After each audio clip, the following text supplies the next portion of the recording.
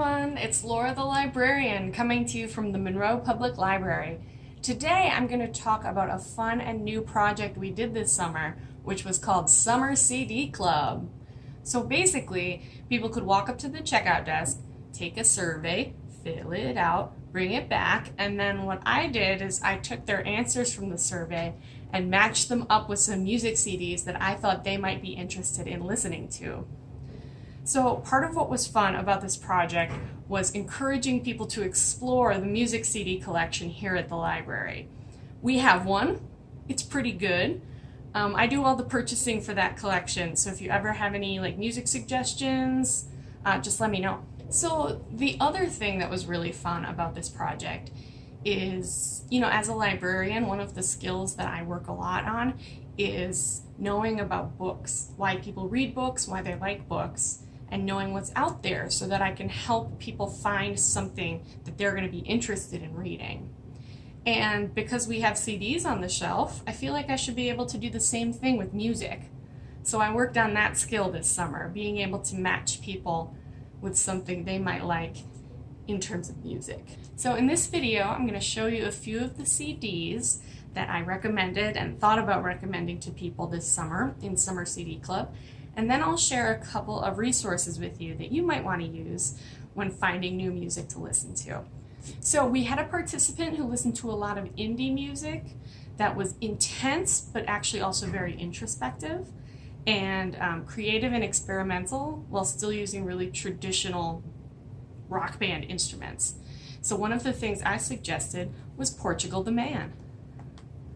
This is their new album, Woodstock. So if you're interested in indie music that's thoughtful but not soft, this might appeal to you.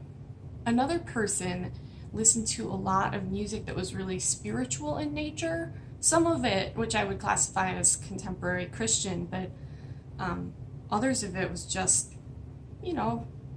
folk, pop, stuff that just kind of had a really chill vibe. It was very much about competent instrumentalists playing behind the vocalist. So one of the things that I recommended was Johnny Swim's album, Georgia Capone, which has just that. It has two extremely talented vocalists, but then they layer in really impressive, talented musicians with all kinds of layers underneath it.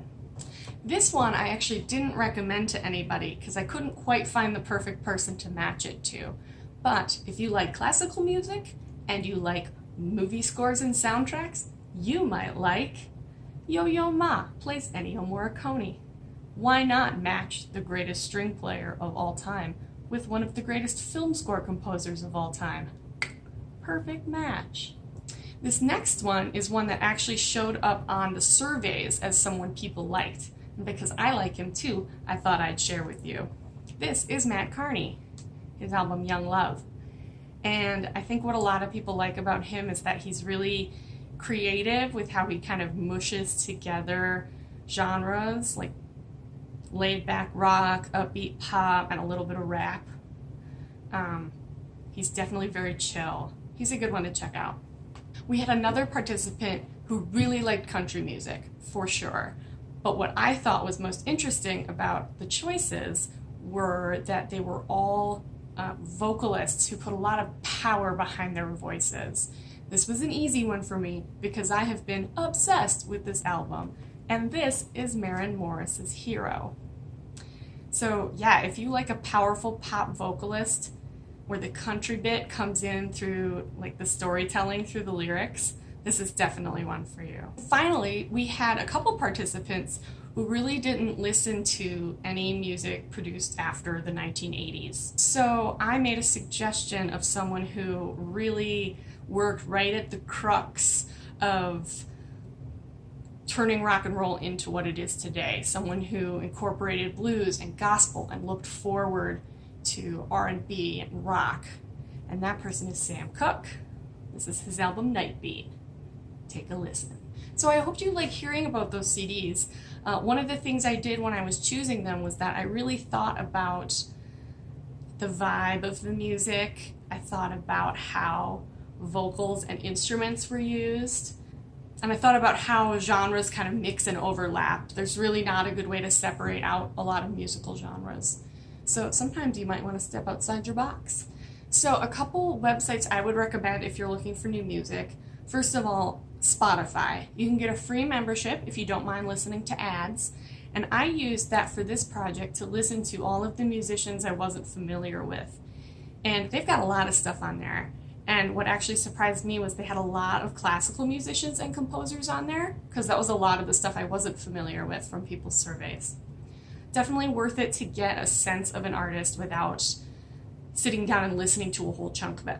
Another website I love it, is called allmusic.com. It's basically a comprehensive musical encyclopedia. It's got artists, discographies, biographies, credits that they did outside of their own music, related artists with both influences and people influenced by them. Just a really interesting way to take a look at a musical artist. They also let their users add tags and adjectives onto an artist. So someone might call it chill and someone might call it relaxed. But it's a great way to think about what adjectives you might use to describe the music you love. If you're interested in making sure that you're listening to everything that's coming out that you might be interested in, it's fun to keep track of album release dates.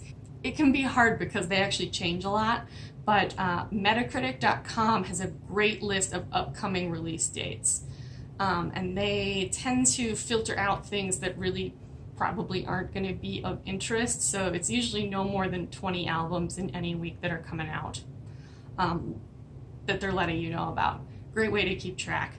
And then you, as a library patron, you have access to the Linkcat catalog, and they do monthly don't miss lists, which is going to basically compile everything that all the libraries in the system purchased within the previous month and then break it up into categories. So there is going to be a music CD list that comes out at the beginning of every month that's going to show you everything that's new in the system, and right from there you can put it on hold for yourself. Now, just because of the relative popularity of music in library collections as opposed to books, you do sometimes have to wait a while to get your holds on Linkcat, but it's a great way to do it, to listen to a full album of something you might be interested in, which is still the way I listen to music.